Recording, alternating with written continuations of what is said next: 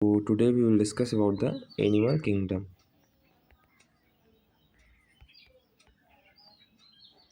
ठीक है, animal kingdom क्या है? जैसे कि हम यहाँ पे नॉर्मली देखते हैं कि हमारे संसार में बहुत सारे तरह के जीव हैं, है ना?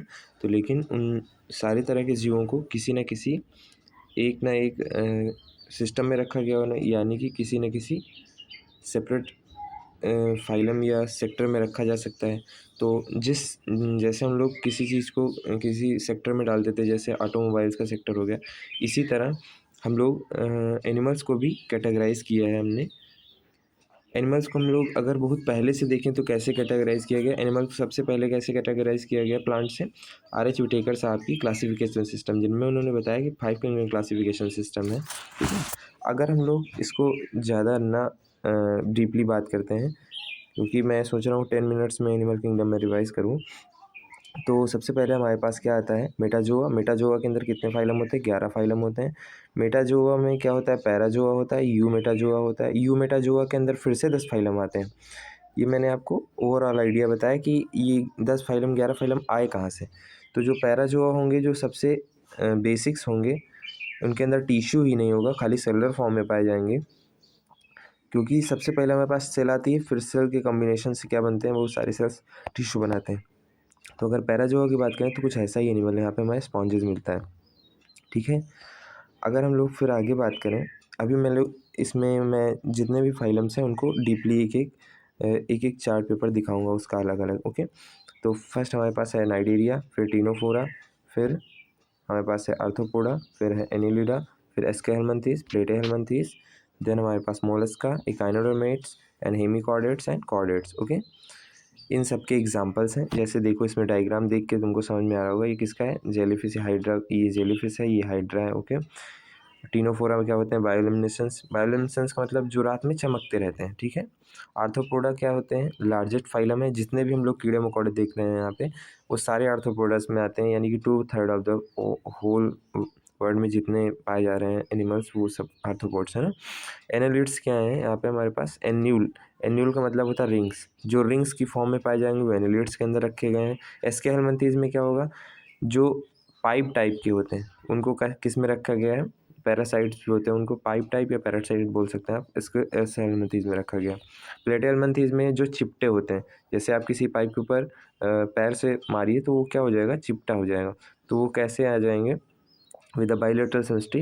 बाइलेटरल सिमेट्री अभी हम लोग आगे समझेंगे, सिमेट्री क्या होती है ना, सिलोमेट्स एलोसिमेट्स क्या होते हैं। तो प्लेटेहेलमिंथेस कैसे होंगे? प्लेटफॉर्म्स होंगे, डॉर्सोवेंट्रली फ्लैटन्ड बॉडी होगी उनके अंदर, ठीक है। नेक्स्ट हमारे पास क्या है? हमारे पास नेक्स्ट है मोलस्कास। मोलस्कास में क्या होगा? Wait a minute. मोलस्कास में क्या होगा? हमारे पास सॉफ्ट बॉडी होगी, कहीं ना कहीं हार्ड बॉडी होती है, कहीं ना कहीं सॉफ्ट बॉडी होती है, तो हमारे पास इसमें सॉफ्ट बॉडी है, ठीक है। इकाइनोडर्मेट्स, इकाइनो का मतलब कांटा होता है, और जिसके स्किन्स पे कांटा पाए जाते हैं उनको किस में रखा गया है? इकाइनोडर्मेट्स। हेमिकॉर्डेट्स, जिनके अंदर मतलब कॉर्डेटा पाई जाती है। अभी आप लोग आगे आगे पढ़ेंगे। कॉर्डेट्स जिनमें बर्थ से ही उनमें कॉर्डेटा नर्व कैनाल पाई जाती है। तो अगर हम लोग आगे बढ़ें तो हमारे पास बेसिक्स ऑफ क्लासिफिकेशन है, जिसमें क्या है हमारे पास? सिमेट्री, जेर्मिन लेयर, है ना, और सीलोम, ये सारी चीज़ें हमारे पास बेसिक्स ऑफ क्लासिफिकेशन, जिसके आधार पर हमें क्लासिफिकेशन किया गया है, वो सब इसमें रखा गया है। सिमेट्री क्या है बेटा जी? सिमेट्री का मतलब होता है किसी चीज़ को काटना। अगर मैं किसी डिब्बे को बीच से काट रहा हूँ और एक डिब्बा इधर एक डिब्बा इधर बन जा रहा है, तो वो क्या है? बाइलेटरल सिमेट्री है। अगर मैं किसी फूल को एक प्लेट को चारों तरफ से काट दे रहा हूँ, हमारे पास हिस्से जितने भी बच रहे हैं वो एक ही तरह के हैं, तो वो क्या है?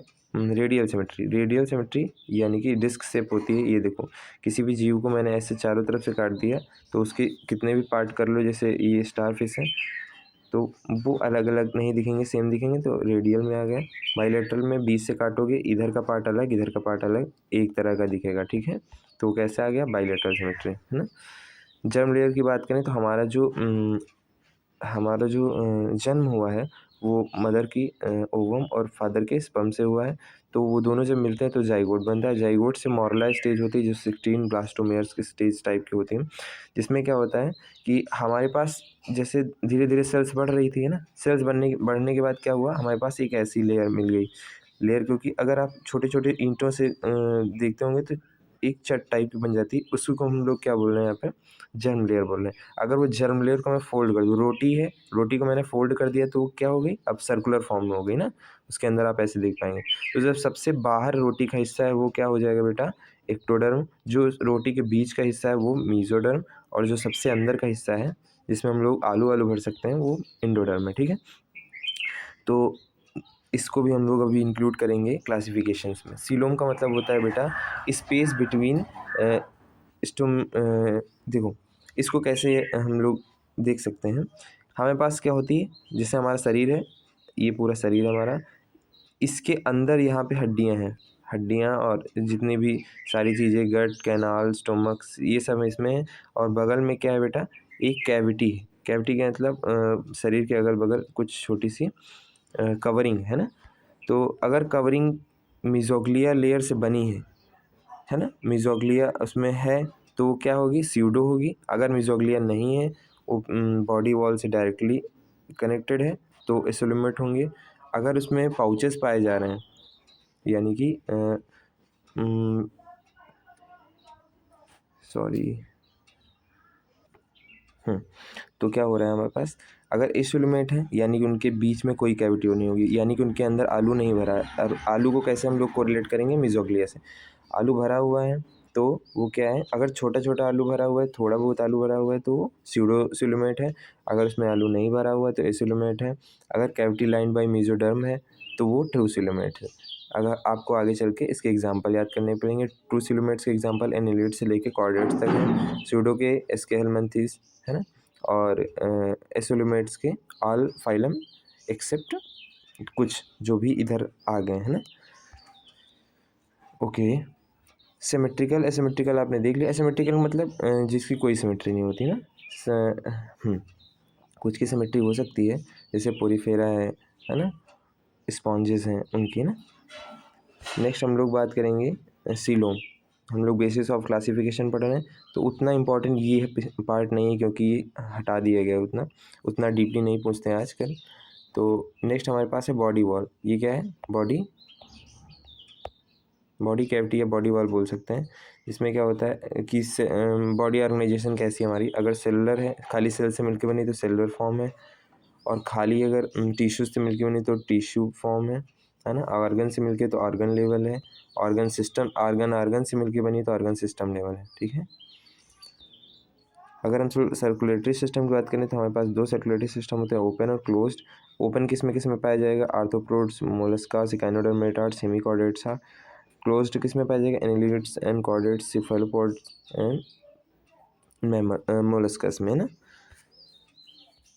Okay, then will move forward, क्योंकि इसमें डिस्कस करना है तो बहुत चीज़ें डिस्कस हो सकती हैं, बट आप लोग मेजर चीज़ें ऐसे देख लीजिए जो इसमें डायग्राम्स बने हुए हैं, आप लोग अच्छे से इसको कवर करिए। जो चीज़ें यहाँ पे लिखी हैं उसको भी पढ़िए आराम से, यहाँ पे जो चीज़ लिखी है उनको सब पढ़िए आराम से। ओके, ये देखिए पोरीफेरा है, यहाँ पे जितनी चीज़ें लिखी हैं वो सारी इंपॉर्टेंट, इनको आप ज़रूर पढ़िए। पोरीफेराज में मैंने बताया था क्या होता है, हमारे पास हॉलो बॉडी होती है, जिसमें क्या होता है वो सेसाइल नहीं होते, यानी कि मूव नहीं कर सकते। तो इनमें क्या पाया जाता है, पोर्स पाए जाते हैं ना। इसी में देखिए, इसमें सारी चीज़ें लिखी हुई हैं। जो पोर्स हैं उनमें क्या होगा, वाटर का उनको पोडोसाइट्स बोलते हैं, जो छिद्र पाए जाते हैं। और जो उनका अंदर का बोनी स्ट्रक्चर होता है उसको कैसे बनाया गया होगा, वो कैल्शियम कार्बोनेट और सिलिका के माध्यम से बनाया जाता है। इनमें कैनाल सिस्टम पाया जाता है। कैनाल सिस्टम क्या होता है, वाटर सिस्टम, मतलब उसके अंदर से पानी आ जा सकता है तो उसको इंटर बॉडी वॉल है ना, इंटर द स्पॉन्जेस, यानी कि वाटर इंटर द स्पॉन्जेस, यानी कि canal system. Okay, canal system बहुत मोस्ट आस्क्ड क्वेश्चन है, ये पूछा जाता है।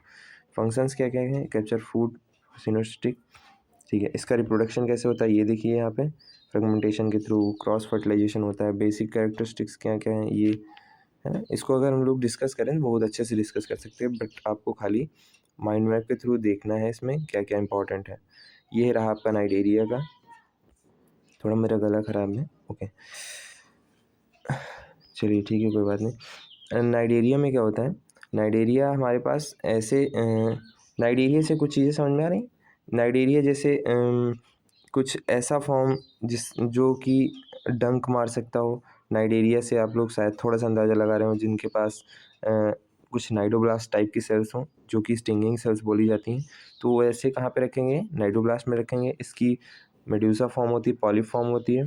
पॉलीफॉर्म बॉडी फॉर्म में क्या होता है, वो मूव नहीं कर सकती, और मेड्यूसा क्या होती है, वो स्विम कर सकती है।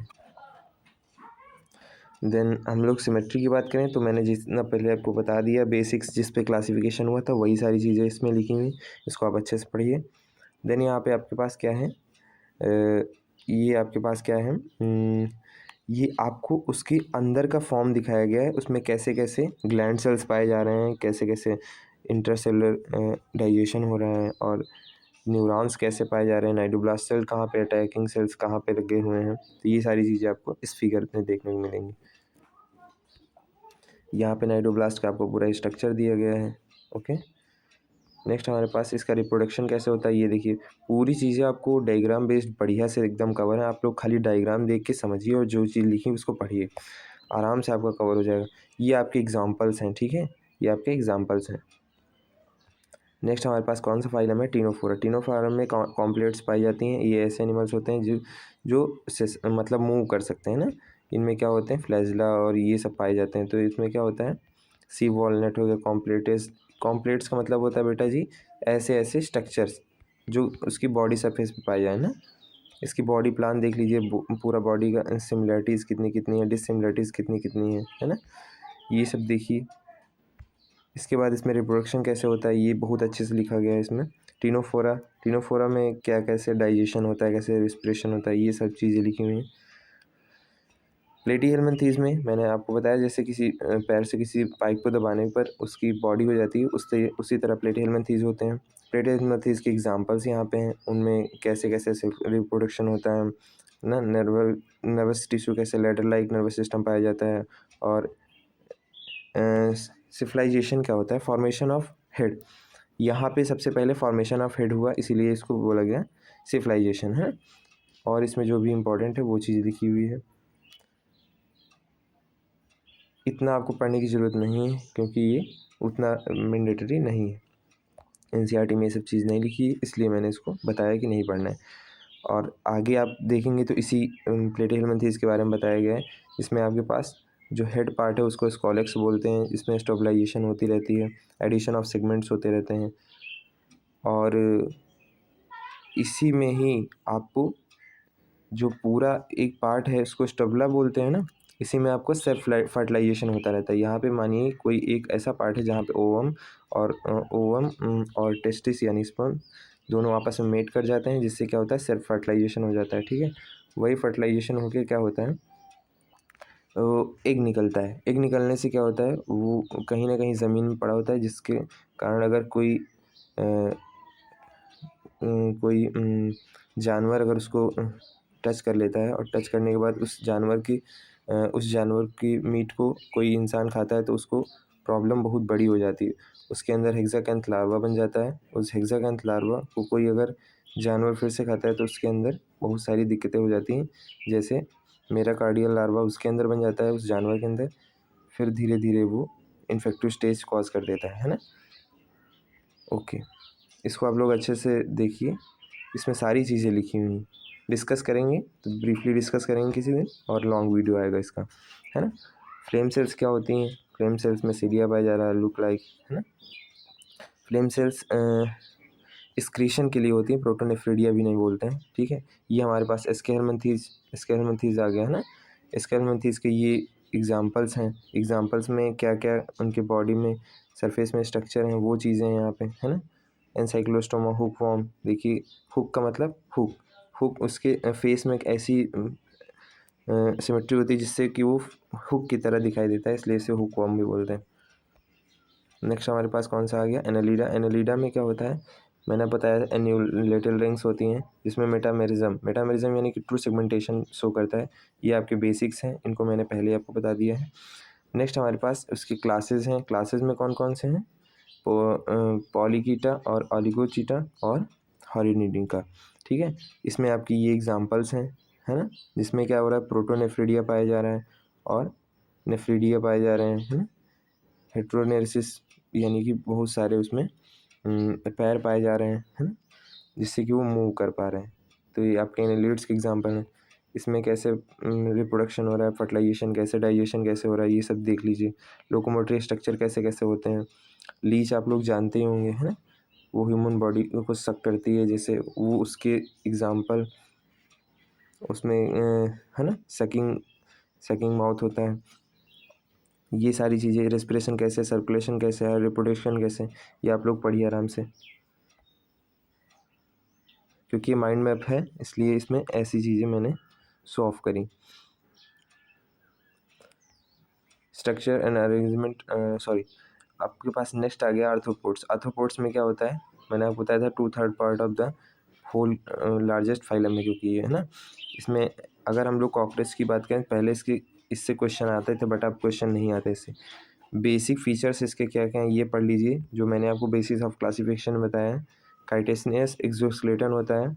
आर्थो का मतलब होता है बेटा, आर्थो का मतलब होता है जॉइंटेस, और पोडास का मतलब होता है लेग्स, यानी कि जॉइंट अपेंडेज जहाँ पाए जाएंगे वो आर्थ्रोपोड्स होंगे। ओके, नेक्स्ट टू नेक्स्ट आप देखें तो हमारे पास आर्थ्रोपोड्स के भी क्लासेस का एग्जांपल क्लासिफिकेशन है, बट आपको उतना नहीं पढ़ना है, आपको खाली इसके एग्जांपल पढ़ने, एक्सक्लेटरी ग्लैंड पढ़नी, आर्थ्रोपोड्स में एमएलपीजियन ट्यूब्यूल्स पाया जाता है, ये सारी चीज़ें आपको पढ़नी है। और मेलपिगियन ट्यूब्यूल्स कॉकरोच के अंदर पाया जाता है, उसका पूरा स्ट्रक्चर यहाँ पे बना हुआ है, इसको अच्छे से देखिए आप। ग्रीन ग्लैंड किस में पाई जाएंगी, ग्रीन ग्लैंड कोक्सियल ग्लैंड, और ग्रीन ग्लैंड एंटीनाज ग्लैंड, है ना, एक्सक्रीशन के लिए होती है ना। सर्कुलेटरी सिस्टम कैसा पाया जा रहा है, ये चीज़ देखिए आप, है ना। वेक्टर का मतलब होता है कॉजिंग एजेंट, है ना। नर्वस सिस्टम कैसा है, ganglionated double solid ventral nerve cord पाई जा रही है यहाँ पे, किसमें, आर्थ्रोपोड्स में। रिप्रोडक्शन कैसे हो रहा है ये देख लीजिए। मोलस्कास मैंने आपको बताया था सॉफ्ट बॉडी, तो उसी से रिलेटेड सारी चीज़ें लिखी हुई हैं, ये आपको एग्जांपल मिल जाता है मोलस्कास का, जिसमें आपके पास एक बाहर से कैविटी होती है जिसे मेंटल कैविटी बोलते हैं, और यहाँ पे रेस्पिंग ऑर्गन होता है जो कि खाने के लिए होता है, उसको रेड्यूला बोलते हैं ना। और जिसके पास फीट होता है उसको मस्कुलर फीट बोलते हैं। यहाँ पे एनस पार्ट होता है, यहाँ पे इसका अंदर पूरा डाइजेशन सिस्टम होता है यहाँ पे, और इसके ऊपर एक कवरिंग होती है जिसे मेंटल कवरिंग बोलते हैं ना। जर्म लेयर कैसी होती है ये सब देख लीजिए, रिप्रोडक्शन कैसे होता है, एक्सक्रीशन कैसे होता है, इसमें लिखा हुआ है। मोलस्कास मैंने आपको बता ही दिया, क्लास उसकी क्लासेस हैं। अगर आपको ये स्लाइड चाहिए तो इसको स्किप कर सकते हैं क्योंकि इतनी इम्पोर्टेंट नहीं है। अब मोलस्का में क्या क्या मतलब स्पेशल फीचर्स हैं, ये आपके बेसिक्स ऑफ क्लासिफिकेशन, ये सरफेस पे क्या क्या स्टाइलेशन पाई जा रही हैं, है ना। ये इसका पूरा, इसमें वाटर वेस्कुलर सिस्टम होता है, जेट सिस्टम होता है, जिससे क्या होता है, water vascular system, jet system, जो कि इसको मूवमेंट में हेल्प करता है। इसके अंदर जैसे मानिए ऐसे ऐसे स्टारफिश है, ठीक है, स्टारफिश के अंदर कैनाल्स पाई जाती हैं। कैनाल्स में जब वाटर भरता है तो ये बाहर इसको इजेक्ट आउट करता है, जिससे कि यह क्या करता है, ऊपर की ओर जाने का प्रयास करता है। ओके, नेक्स्ट हमारे पास है कॉर्डेटा। कॉर्डेटर्स के एग्जांपल हैं बेजनोग्लासल, सेकेलोग्लासल्स, है ना। ये आपको हेमिकॉर्डेट्स, कॉर्डेट्स का एग्जांपल सबसे पहले, कॉर्डेट्स में सबसे पहला पार्ट हेमिकॉर्डेट्स आता है, उसके आपको एग्जांपल पढ़ने पड़ेंगे। ये सारी चीज़ें आपको बेसिक्स ऑफ क्लासिफिकेशन, फीडिंग कैसे होती है ना, इनका स्ट्रक्चर क्या क्या, कॉलर कहाँ पाई जाए, ट्रंक, हेपेटिकुले और हेपेटिक सीके कहाँ पाई जाते, एनस पार्ट, ट्रंक और हालो स्पाइनल कॉर्ड, ये सारी चीज़ें आपको इसमें पढ़नी है कॉर्डेट्स में। अब कॉर्डेट्स का नेक्स्ट है, इनमें क्या होता है, नोटोकॉर्ड पाई जा रही है। वो हेमिकॉर्डेट था जिसमें प्रॉपर पूरी नोटोकॉर्ड नहीं पाई जा रही थी, ये कॉर्डेट्स हैं, इसको अच्छे से पढ़िए। यहाँ पे ये स्ट्रक्चर बहुत इंपॉर्टेंट है। फाइलम कॉर्डेटा के अंदर क्या क्या आता है, सब फाइलम कौन कौन से आते हैं, सल्फा, स्कीडिया, डोलियोलम, इसके एग्जांपल हैं, जिसको सेट से आप याद कर सकते हैं, ठीक है। सब फाइलम यूरोकॉर्डेटा है। Notochord replace by vertebral column, किसमें, फाइलम कॉर्डेट्स, और जिसमें यूरोकॉर्डेट होता है ना। सब फाइलम यूरोकॉर्डेट्स की बात कर रहा हूँ। ये चीज़ें बहुत इंपॉर्टेंट लिखी हुई हैं, इनको आप ज़रूर से ज़रूर पढ़िए। अगर आप एग्ज़ाम देने जा रहे हो, आप क्रैश कोर्स वीडियो देख रहे हैं 12, 13, 20 मिनट का, तो इसको ज़रूर देखिए। ओके, ये वर्टिब्रेटा है, क्योंकि मुझे 20 मिनट के अंदर रैप अप करना था। ये वर्टिब्रेट में 2 एग्जांपल होते हैं, ग्नैथा, अग्नैथा। अग्नैथा क्या होते हैं, जिनमें विदाउट जा, और गन्यथा मतलब जा के साथ, जा मतलब जो जबड़ा होता है उसके साथ। तो अग्न्यथा के एग्जांपल ये सब हैं और गन्यथा के ये। गन्यथा में क्या होता है, एनाड्रोमस माइग्रेशन, यानी कि बच्चे पैदा करने के लिए नदी में जाती है, फिर नदी से फिर वापस आते हैं बच्चे, बट वो माँ ख़त्म हो जाती है वहीं पे, ठीक है, बच्चे फिर से नदी में आ जाते हैं। इसको एनाड्रोमस माइग्रेशन कहते हैं। ये देखिए पाइसेस आपको जो सिंपली फिशेस दिखती हैं उनके एग्जांपल्स हैं, और इनमें क्या क्या इसके स्ट्रक्चर्स हैं पूरे, है ना। इसको पढ़िए। गिल स्लिट कहाँ पाई जाती है, प्लेकोइड कॉन्ड्रिक थीस क्या होती हैं, इसमें कार्टिलेज से मिलकर बनी होती हैं। गिल स्लिट पाए जाते हैं मॉडिफाइड प्लेकोइड स्केल, यानी कि दांत बन जाते हैं इनके आगे के माउथ में ना, इससे कि वो किसी भी चीज़ को खा सकते हैं। नेक्स्ट हमारे पास है एम्फीबियंस। एम्फीबियंस में हमारे पास एग्जांपल मेढक का है। इसकी आप पूरी स्ट्रक्चर पढ़िए आराम से, देखिए कितना अच्छे स्ट्रक्चर में सारी चीज़ें लिखी हैं। इसको पढ़िए। ओविपेरस विविपेरस का मतलब आप जानते हैं। एम्फीबिया के अंदर जो सब क्लासेस हैं, ऑर्डर्स हैं, उनको एपोडा, यूरोडा और एन्यूरा कहते हैं, ठीक है। ओके, एम्फीबिया, इसके आपको थोड़े से स्ट्रक्चर पढ़ने, थोड़े से कॉमन वो पढ़ने हैं। इसके आपको एग्जांपल है, ये राना, बूफो और हाइला, है ना। जो हाइला होता है वो ट्री पे होता है, बूफो क्या होता है ऐसे नॉर्मली प्लेसेस पे पाया जाता है। रेप्टाइल्स, रेप्टाइल्स यानी कि रेप्टाइल्स आप लोग जानते हैं, जो सांप होते हैं वो रेप्टाइल्स होते हैं, छिपकली होती है वो रेप्टाइल्स होती है, जो रेंग के चलते हैं उनको रेप्टाइल्स बोलते हैं ना। एव्स एंड मैमल्स का एग्जांपल है ये। एव्स में, एव्स मतलब पक्षी होते हैं, पक्षियों में ये सारी जितनी भी आपको ये चीज़ें आपको रटनी पड़ेंगी। फेदर्स क्या होते हैं, जहाँ मैस्टिकुलेशन फूड गिजार्ड पे होता है, ये चीज़ आपको स्ट्रक्चरली पूरी पढ़ने होंगे ना। ओके, नेक्स्ट हमारे पास बेसिक फीचर्स ऑफ मैमल्स हैं। Okay, basic features of mammals में क्या है, hair on the body, ear drum पाया जा रहा है, डायफ्राम पाया जा रहा है, पिन्ना विन्ना पाया जा रहा है, कार्पस कोलोजम पाया जा रहा है, 4 चैम्बर हार्ट पाया जाता है। मैमल्स की क्लास को प्रोटोथीरिया, मेटाथीरिया एंड यूथीरिया कहा जाता है, ठीक है। ये आपकी क्लास ऑफ मैमल्स उतनी इंपॉर्टेंट नहीं है, बट इसको आप स्किप कर सकते हैं। बट जो इसमें से एग्जाम्पल है, ये आपके क्वेश्चन पीवाईक्यू में पूछे गए हैं। जैसे ईयर पिन्ना वाला एक क्वेश्चन है और हेयर ऑन द बॉडी वाला क्वेश्चन, ये आपको ऑप्शनल में क्वेश्चन बना के पूछता है, ठीक है। तो ये चीज़ आपको पढ़नी है। Okay, thank you class.